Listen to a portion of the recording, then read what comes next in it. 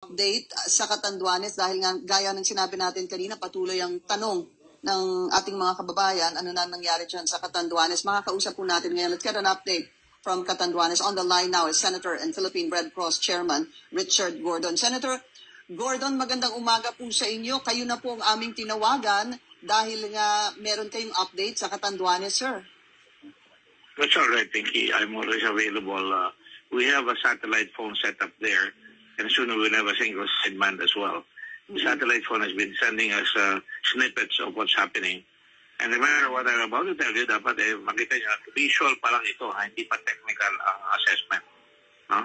But it would appear that sa president ng bahay, according to yung source natin doon, yung chapter administrator, si Raymond Reginaldo, of course, medyo shock yan, shell shock yan. 80 to 90% damage ang bahay. Okay? Sa San Andres, 50% damage ang houses.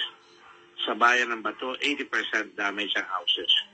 Ang lumalabas sa kanya, tinanong ko, kung ikukumpara mo doon sa mga nakita mo ng araw sa Yolanda, 70% ang taglay nito sa lakas, no? Mas malakas talaga di amak yung Yolanda. Tapos sila ang mga supermarket totally obliterated, no? Damaged, no?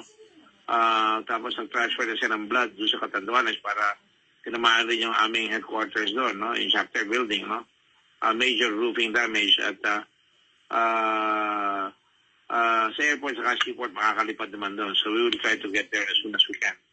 Sa hospital, Immaculate Heart of Mary Hospital, walang room available. Sa San Tuan Memorial Hospital, may mga minor damage. Catanduanes doctors, may minor damages. Eastern Bicol Medical Center, yan ang Department of Health. Mercifully, walang damage, pero except for the emergency room. Pero may room available but limited, of course. Pero naandun sila ngayon sa lobby, nag-emergency room. May casualties tayo, 2 patay. Nalunod. Micaela Hacom na nakuha ng Red Cross shot, binigyan ng body bag, 20 years old, female. At saka nakuha ng Philippine Army, buti na may Army rin doon, Danilo Berba Jr., male, Lanao, Virac. Okay? Tapos 5 ang injured so far. Edward Tumagan, wounded the left and right shoulder, inasikaso ng PRC. Vladimir Montagana, contusion on the forehead, inasikaso rin ng Red Cross yan. Mark Panti, 26 male, San Juan, 1 finger amputated.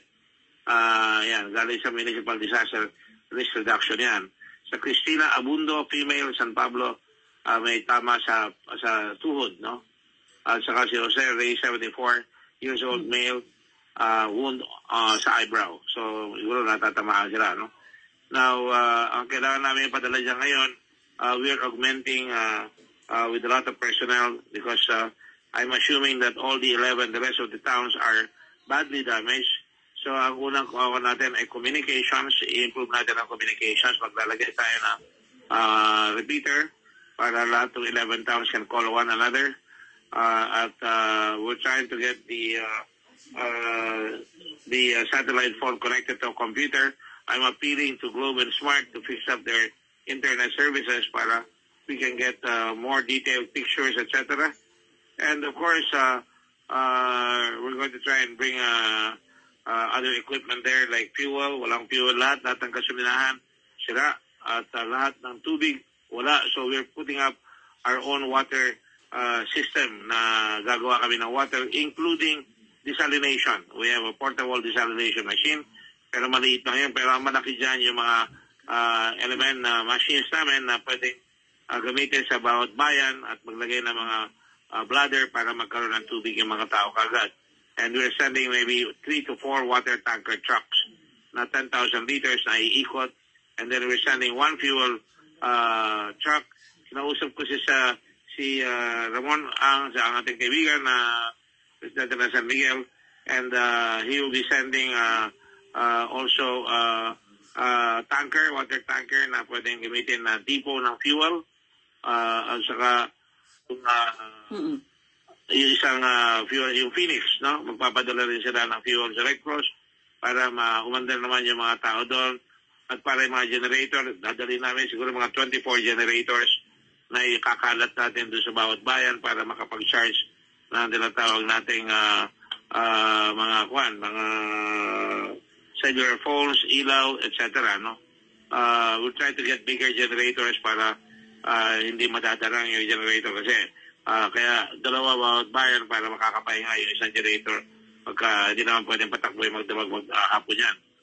So, yun ang mga dadalhin natin, including rescue truck, may power lights kailangan para makapagtrabaho sa gabi, at saka dadagdagan natin ang radios, at yun basically ang ating mga dadalhin doon within the day or tomorrow at least.